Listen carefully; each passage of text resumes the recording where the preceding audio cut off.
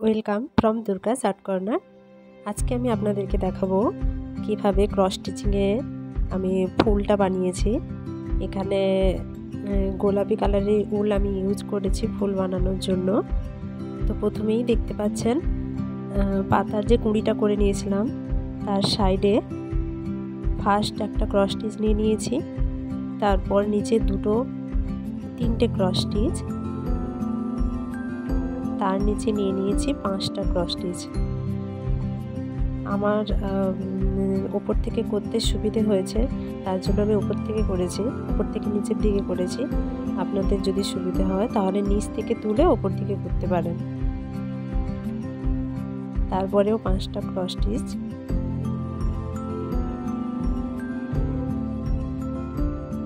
সাতটা cross stitch নিয়েছি।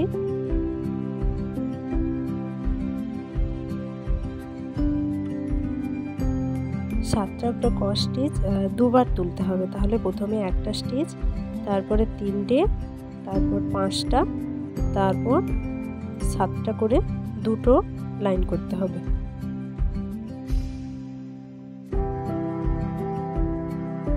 দুটো কমপ্লিট হয়ে যাওয়ার পর এবার দেখছেন 5টা করে নিচে, একদম নিচের লাইনটা 5টা করে ক্রস স্টিচ হবে।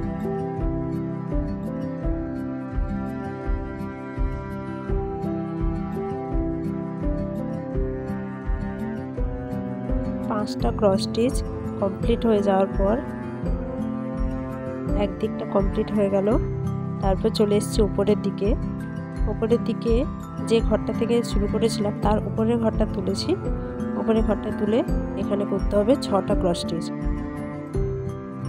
6টা ক্রস স্টিচ তুলে নেওয়ার পর দেখতেই পাচ্ছেন তার নিচে আবার চলে এসেছি।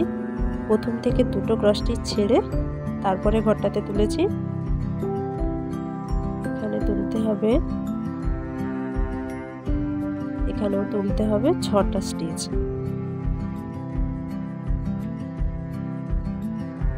6টা স্টিচ তুলে নেওয়ার পর দেখাচ্ছি আপনাদেরকে। তারপরে নিচের ঘরটাতে তুললাম, একটা ঘর প্রথমে ছাড় রেখে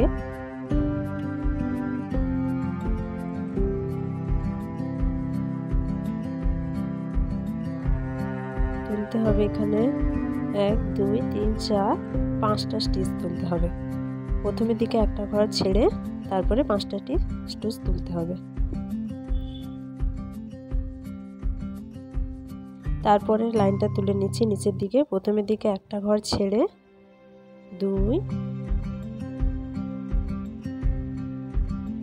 3টে ক্রস স্টিচ তুলে নিলে পাপড়ির এই পার্টটাও কমপ্লিট।